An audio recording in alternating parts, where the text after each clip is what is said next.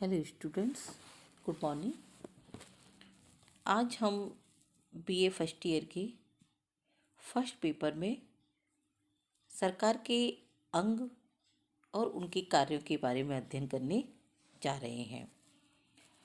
सरकार एक राज्य का आवश्यक और महत्वपूर्ण अंग होता है, जिसके द्वारा राज्य की इच्छा का निर्माण होता है।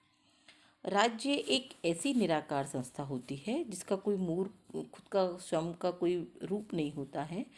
वो एक अमूर्त जो संस्था होती है, और अब राज्य जो अपनी संप्रभु शक्ति का जो प्रयोग है वो सरकार के माध्यम से ही करता है। इस प्रकार जब सरकार से जो हमारा तात्पर्य है उन सब व्यक्तियों, संस्थाओं और साधनों से होता है, जिसके द्वारा राज्य की इच्छा की अभिव्यक्ति होती है और उसे कार्य रूप प्रदान किया जाता है। इसके बारे में जो गार्नर है उन्होंने लिखा है कि राज्य की इच्छाओं की पूर्ति जिस संगठन या एजेंसी के द्वारा होती है उसे हम सरकार कहते हैं। सरकार तीन प्रकार के होते हैं या सरकार के तीन अंग हैं, जो व्यवस्थापिका, कार्यपालिका और न्यायपालिका। सरकार के जो प्रमुख तीन कार्य हैं, कानून बनाना, उनको क्रियान्वित करना और उन कानूनों की व्याख्या करना। इन तीनों का ही कार्यों तीनों ही जो कार्य हैं उनको करने के लिए सरकार के जो प्रमुख तीन अंग हैं, व्यवस्थापिका, कार्यपालिका और न्यायपालिका के द्वारा संचालित किए जाते हैं। तो सबसे पहले आज हम जो बात करने जा रहे हैं वह है व्यवस्थापिका। व्यवस्थापिका क्या है? व्यवस्थापिका सरकार के तीनों अंगों में सबसे ज़्यादा महत्वपूर्ण अंग है, क्योंकि ये जनता का प्रतिनिधित्व करता है। जनता के प्रतिनिधि इसमें भाग लेते हैं और इसमें जनमत जो है वो दिखाई हमको देता है। जो जनप्रतिनिधि हैं वो जनता की जो इच्छा है उनकी अभिव्यक्ति करते हैं। ये जो व्यवस्थापिका है या ये जो प्रतिनिधि हैं, जनप्रतिनिधि, इनके द्वारा जो निर्मित विधियां हैं उन्हीं में राज्य की इच्छा हमें व्यक्त दिखाई देती है। जब कानून निर्माण हो जाते हैं तो उन्हीं कानूनों को कार्यपालिका के द्वारा कार्यान्वित किया जाता है और न्यायपालिका उन्हें विशिष्ट जो मुकदमे होते हैं उनके द्वारा उन कानूनों को लागू करती है। तो इस तरह से जो व्यवस्थापिका ही कार्यपालिका और न्यायपालिका के कार्यों को मूल आधार प्रदान करने का कार्य करती है, क्योंकि सबसे पहले जो कानून बनाने का कार्य है वो व्यवस्थापिका के द्वारा किया जाता है। व्यवस्थापिका को अलग अलग देशों में अलग अलग नामों से जाना जाता है, जैसे ब्रिटेन में, भारत में, कनाडा, ऑस्ट्रेलिया आदि देशों में इसे संसद कहते हैं। अमेरिका में कांग्रेस कहते हैं, जापान में डाइट कहते हैं और इसी तरह से फ्रांस में इसको राष्ट्रीय सभा के नाम से जाना जाता है। तो यहाँ सबसे पहले हमने देखा कि व्यवस्थापिका क्या है, कि जो कानून निर्माण करने वाली संस्था है वह व्यवस्थापिका है, और हम भारत में इसको संसद के नाम से जाना जाता है। अब आते हैं कि व्यवस्थापिका के क्या कार्य हैं और इसकी क्या शक्तियाँ हैं। व्यवस्थापिका के कार्य बहुत कुछ सीमा तक शासन पद्धति पर निर्भर करते हैं कि क्या शासन पद्धति का रूप है। एक तंत्र है, राजतंत्र है, अधिनायक तंत्र है। इस तरह की जो व्यवस्थाएं होती हैं इनमें तो व्यवस्थापिका के कार्य बहुत ज़्यादा नहीं होते हैं, किंतु जहाँ यदि आपके यहाँ डेमोक्रेसी है, लोकतंत्र है, तो इसके कार्य जो है बहुत ज़्यादा विस्तृत होते हैं। तो आज हम इनके कार्यों के बारे में चर्चा कर रहे हैं। सबसे पहला कार्य है कानून का निर्माण करना। जैसे हमने बताया कि व्यवस्थापिका के जो सदस्य हैं वो जनप्रतिनिधि होते हैं और ये कानूनों का निर्माण करते हैं। दूसरा है कार्यपालिका पर नियंत्रण, क्योंकि हमारे यहाँ जो मंत्रिमंडल है वो कार्यपालिका है, और यदि व्यवस्थापिका के सदस्य जो है कार्यपालिका पर नियंत्रण ना रखें तो कार्यपालिका जो है वो अनियंत्रित या निरंकुश हो सकती है।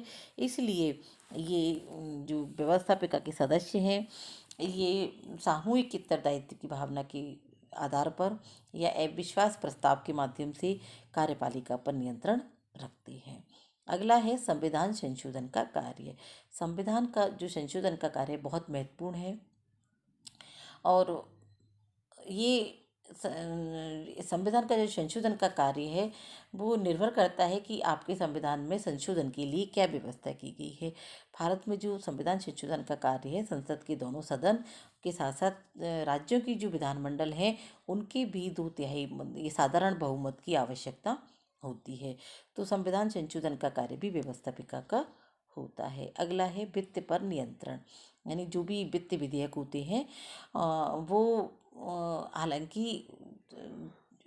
जो संसद में पेश किए जाते हैं, व्यवस्थापिका में प्रस्तुत किए जाते हैं और उन पर जो संसद के बहुमत के बाद ही, ये व्यवस्थापिका के बहुमत के बाद ही जो वित्त संबंधी कानून है वो बनाए जाते हैं। विचार विमर्शात्मक कार्य, विचार विमर्श करने का कार्य, संसद में जो भी विधेयक पेश किए जाते हैं उनके ऊपर विचार किया जाता है, मंथन किया जाता है और संसद के जो कार्यवाही है उसमें जो प्रमुख कार्य है वो विचार विमर्श से संबंधित होता है।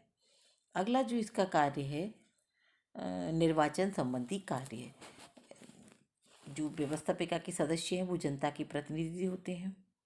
जनता के प्रतिनिधि चुनावों के माध्यम से चुन करके संसद में आते हैं। तो जो निर्वाचन से संबंधित जो सारे कार्य होते हैं, चाहे वो राजनीतिक दलों से संबंधित कार्य हैं या जो व्यक्तियों को चुनाव में खड़ा करने का कार्य है, जो राजनीतिक दलों से संबंधित जो कार्य होते हैं या चुनावों से संबंधित जितने भी महत्वपूर्ण कार्य होते हैं, मतदान संबंधी, उनकी मतगणना संबंधी जितने भी कार्य होते हैं वो व्यवस्थापिका के द्वारा संचालित किए जाते हैं।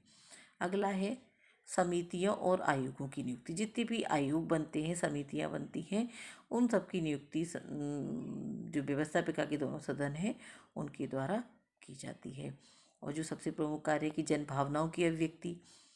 जनता के प्रतिनिधि चूंकि संसद में होते हैं तो जनता क्या चाहती है, क्या उनकी सरकार से अपेक्षाएं हैं, वो सब जो है व्यवस्थापिका के द्वारा किया जाता है। और कई बार ऐसा होता है कि कोई भी विधेयक जब बनते हैं तो ऐसा लगता है कि जनता जो है इसकी जनहित में कोई कानून बनाया जाता है तो उस पर जनता की यदि व्यवस्थापिका को लगे तो वो जनता की जो सहमति भी उस पर या जनमत उस कानून के ऊपर लिया जाता है और जो जन भावनाएं हैं, जनता की इच्छा है, उसकी अभिव्यक्ति की जाती है। तो इस तरह से हम देखते हैं कि जो प्रजातांत्रिक विधानमंडल है वो प्रतिनिधित्व करते हैं। जनता के जो प्रतिनिधि हैं वहाँ पर व्यवस्थापिका में रहते हैं, कानून बनाते हैं, कार्यपालिका का परीक्षण करते हैं, उस पर नियंत्रण करते हैं, जनता को शिक्षित भी करते हैं। क्योंकि चुनावों में जो जनता को जो राजनीतिक शिक्षा प्रदान करने का कार्य व्यवस्थापिका के द्वारा किया जाता है। जनता और सरकार के बीच में एक कड़ी का कार्य करते हैं ये, और राजनीतिक नेतृत्व के लिए प्रशिक्षण का कार्य करती हैं।